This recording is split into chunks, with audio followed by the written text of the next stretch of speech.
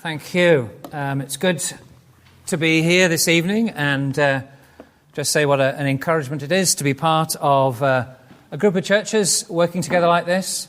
It's wonderful to have Matt as the newest pastor with us. So that's really encouraging for us and encourages us to pray, doesn't it, for that God will work through all that we are doing to his glory. So, I don't normally preach on just an isolated text. I would normally, I suppose, on a day like this, an occasion like this, preach through a longer passage. But something just struck me about a verse in one of Paul's letters. Here it is. It's a couple of verses from 2 Corinthians chapter 1, verses 8 to 9. And why don't we did it this morning at Salway. I don't know why I did it. I just feel like doing it again tonight. Why don't we all read it out together, just these verses here? We were under great pressure, far beyond our ability to endure, so that we despaired of life itself. Indeed, we felt that we had received the sentence of death. But this happened that we might not rely on ourselves, but on God, who raises the dead. That struck me as just something interesting and important to think about on a day in which we think about the resurrection. And it's basically as Paul stares disaster in the face and how he applies the resurrection to it. That's where I wanted to go. So let's think about the disaster that he was facing. You could read around it. It's in 2 Corinthians chapter 1. You'll see the details around it there, that Paul speaks about something that happened. We don't know what it was. Was it a literal death sentence? Well, potentially. I mean, we know he did, of course, in the end face that. Was it a life-threatening circumstance? Well, he seemed to have plenty of those in his CV. Shipwreck, stoning, several times, I think, and left for dead on one occasion. In 1 Corinthians 15, he talks about facing wild beasts at Ephesus. So that's pretty serious. Was he talking about that? Or was he just talking about the fact that everything seemed to have gone wrong? Desperately serious, and well, maybe he felt it undid all his work, or he found himself in such a situation where he couldn't talk himself out of it. He couldn't defeat the opposition. He felt his work was fruitless. All his hopes crumbled. Maybe to do with a particular situation. We know some of the churches really went up and down. Well, whatever the specifics of it, Paul says that something he drew from it was that sentence where he says that we might not rely on ourselves. This is the lesson that he begins to think about. Now, not relying on ourselves. We tend to equate self-reliance with prayerlessness and pride. And we say, well, this project obviously did badly because we didn't pray enough. That's how we reason. Or we entered into it with a self-confident, triumphalistic spirit. A bit like the Labour Party in 1992. If you're old enough, you may remember this. Because it's gone down in history. The eve of the election convention in 1992. Everybody looks at it and they look back and think, gosh, that was a victory parade the day before. And I think it was. Because they'd been defeated 3 times, remember, by the Conservatives under Margaret Thatcher. And then she'd been booted out by her own party. So they obviously thought to themselves, well, that means their backs against the wall. They're not going to do anything because they've only got John Major. Who wants John Major?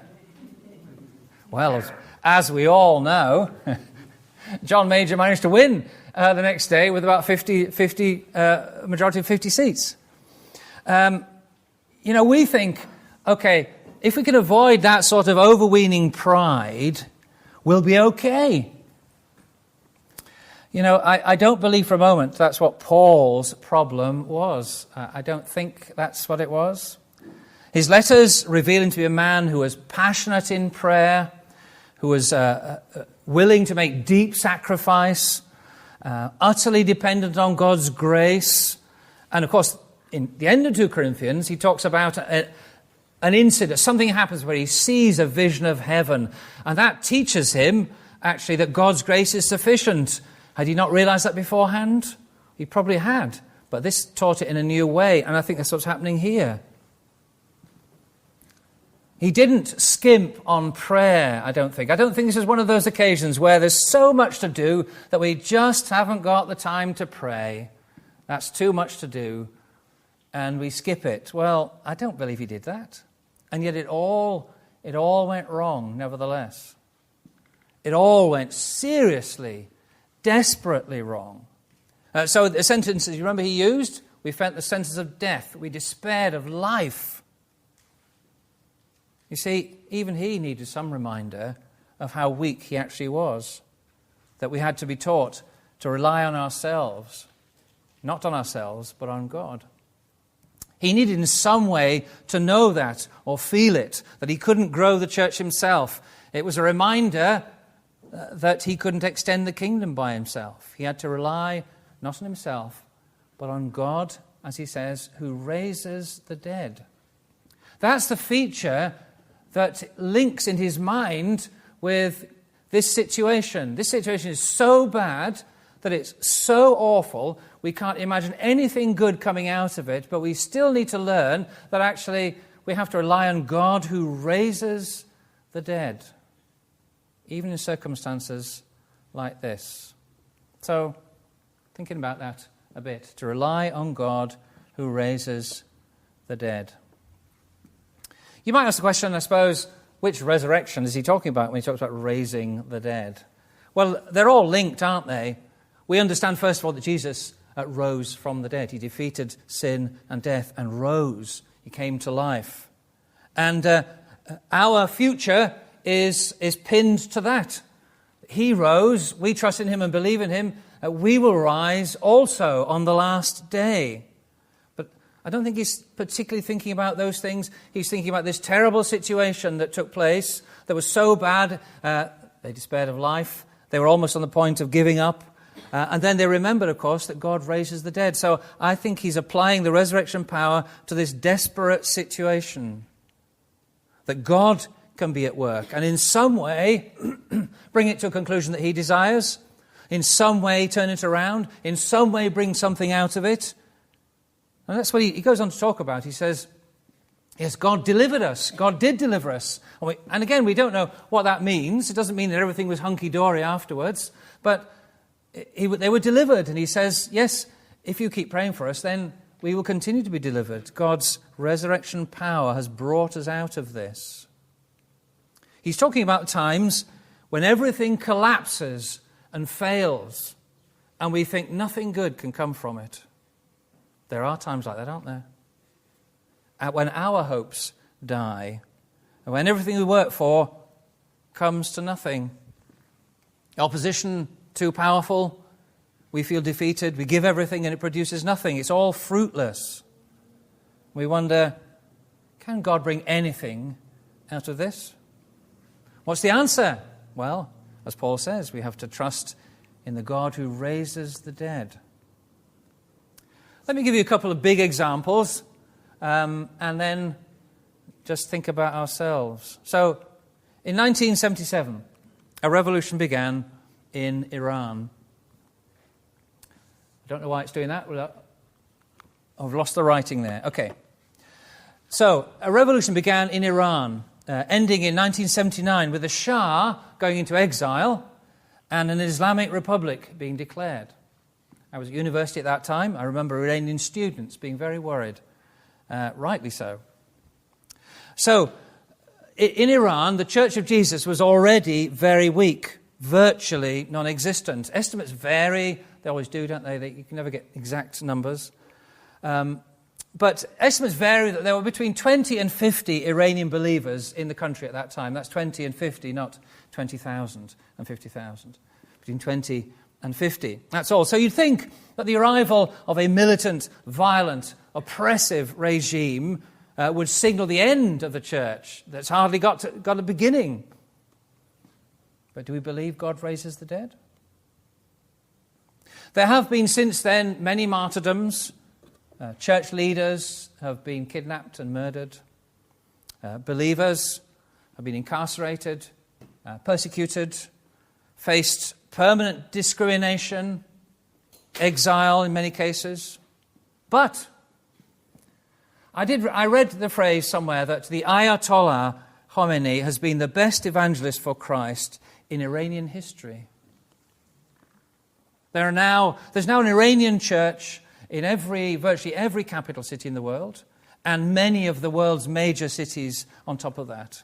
And the church in Iran itself, well, again, estimates vary from 200,000 to 2 million. It's probably somewhere in between that. But even if it's 200,000, you think in a generation, from 20 to 200,000 believers, and tens of thousands scattered around the world. God raises the dead, you see. In 1966, in China, the Cultural Revolution began. Now, things are already difficult enough for believers because missionaries have been expelled in the early 50s and churches have been forced to cut their ties with foreign organizations. And the Cultural Revolution aimed at intensifying that, purging Chinese society of all the capitalist and traditional elements, that's traditional Chinese elements, and any foreign influence as well. That included the church. So the doors were closed and very little news got out. How would the church fare? There were just 1 million believers in a population. I don't know what China's population was then, 500 million. Just a small number. But do we believe God raises the dead? After years of silence, it emerged in the 80s that the church was growing. In 1985, a man called Leslie Lyle wrote a book called God Reigns in China. If you've read that, you'll remember the impact it had. Because it was just a very straightforward report of the way the Chinese church was mushrooming, even under persecution. 20 to 30 million believers was his figure then, which is astounding. And people in the West were asking, how could the Chinese church not only survive under persecution, but thrive? And how did he do it without our help? Well, Leslie Lyle wasn't saying that, to be honest. But people were. How did the Chinese church survive without our help, our money, our missionaries, our Bible teaching, all of that? How did it do it? Well, hey, come on. They were relying on God who raises the dead. And that resurrection has continued. There's an estimated 85 million evangelicals in China now, plus Christians of other denominations. There are more church members in China now than there are members of the Communist Party. That's why the Chinese government is getting jittery about religions, about clamping down on church building. That's why, because they're now realizing they're outnumbered. And the workers they send to extend their economic empire go to all these countries where the church is vibrant and they come back believers. So, God raises the dead, doesn't he? Now, two very prominent examples, big ones if you like. Are we saying that every difficulty and disaster will be overcome in those ways? Every obstacle, and that we're going to be successful? No, we're not. Of course, we're not. We know that. Christians died during these periods of persecution. Churches were closed. Persecution continued unabated and continues. And there are parts of the world where you want to say, Lord, will you not do that somewhere else? Why the Iranian church? And not the Turkish one. You're aware that the Turkish church there's never been a vibrant Turkish church across modern Turkey. And the number of believers in a nation of about 80, 90 million, just a few thousand, as far as I know. But why doesn't he do? We have no answers to those sort of things. So it's not saying that this is an automatic recipe that it's going to happen. But there is a pattern. So there is a pattern to what happens, or it appears to be anyway. In the examples I gave there, did you notice that in each of those scenarios, the great blessing that resulted came out of crushing difficulty? It seems that God put his people in such dire situations where death seemed the only outcome, that because it seemed the only outcome, it seemed that no good would come of it, they saw more clearly and experienced more clearly the God who raises the dead. And it is God who put them in that circumstance. I think we should say that. When Paul writes, he says, this happened so that we might not rely on ourselves, but on God who raises the dead. And that indicates that there was a purpose to it, that God was at work doing this, bringing Paul to a particular point where he despaired of life and saw so much more clearly God's power to raise the dead. In the same way that in chapter 12, he saw something of God's glory and appreciated God's grace in a way that he wouldn't have done otherwise. Maybe that's true for us, you see, that we won't appreciate the power of the resurrection until we come to the point of death. Might not be physical death. It could be the death of all we worked for, our hopes and our dreams. And then we see more clearly how powerless we are. Perhaps we feel it, actually. Perhaps we feel the lack. Because it's quite easy, isn't it, to say, I know that I must trust in God, as Paul surely was. But we don't actually feel what it means to have no power until we really do have no power. We're brought right low, and then we understand it's God who raises the dead, not us. It's significant that this pattern is one that Jesus modelled as well. His trust in his Father was perfect. There's no doubt about that. But even he was brought right to the lowest point. In the Garden of Gethsemane, you may have read this on Friday, it says in Matthew's Gospel, Jesus said, my soul is overwhelmed with sorrow to the point of death. So he uses that almost the same words as Paul. My soul is overwhelmed with sorrow to the point of death. And of course, actually, he did go through death in a way that Paul was spared on that occasion. And of course, on the cross, Jesus was even lower than this. Now, resurrection followed, but you notice the pattern there with Jesus as well. Suffering, the cross and death, and then glory. So maybe we have to look at our own situation in the light of this pattern. I'm not saying your church situation is as bad as Paul's or ours, Ours is. But quite often, we look at life and we think it's not what we thought it would be. It's not what you'd hoped it to be. No real fruit, perhaps. Perhaps there's troubles, opposition, you feel defeated.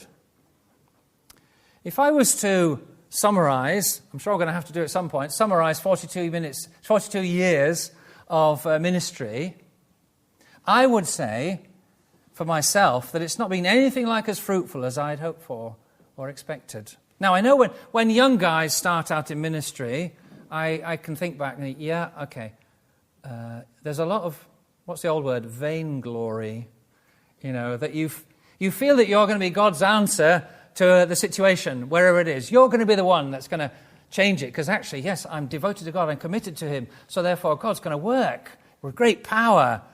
And then it doesn't work out the way you thought. Now, I'm very grateful that I'm still standing, still wanting to serve, still planning to keep serving even when we retire. But even so, I look back and I think, where has been that effectiveness or fruitfulness that I longed for or thought would come? It hasn't. But God raises the dead, doesn't he? Isn't that the scenario? God raises the dead.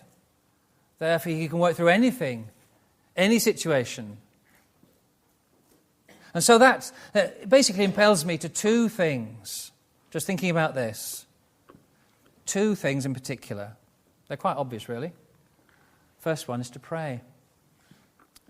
Did you notice that from the passage where you probably read it Friday, when Jesus was praying in the garden, he asked his friends to pray with him. That's what he wanted.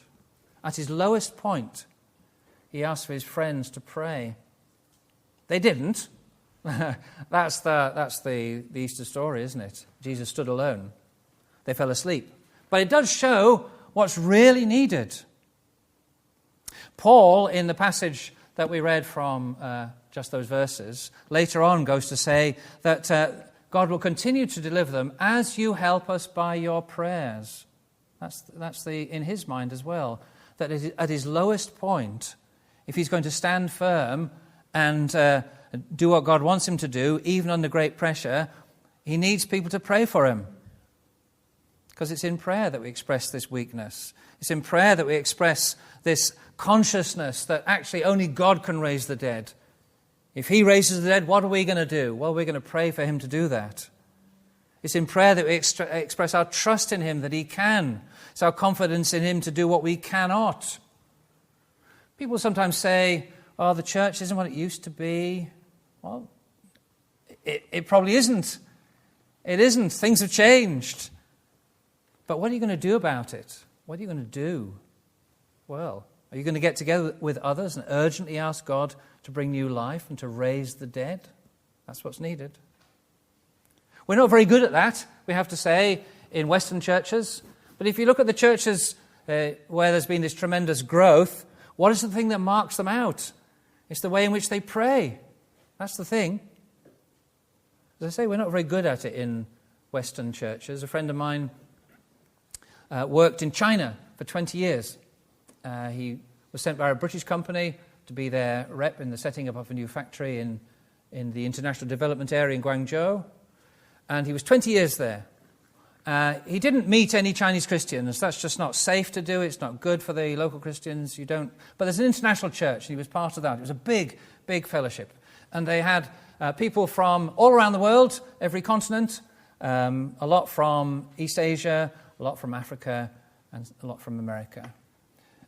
There was a morning prayer meeting every week, early morning. And he was the only Westerner that went on a regular basis. So, we've got to get our act together when it comes to praying.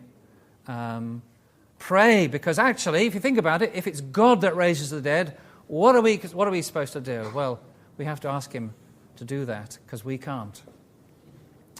And the other thing is, just to think about, don't give up.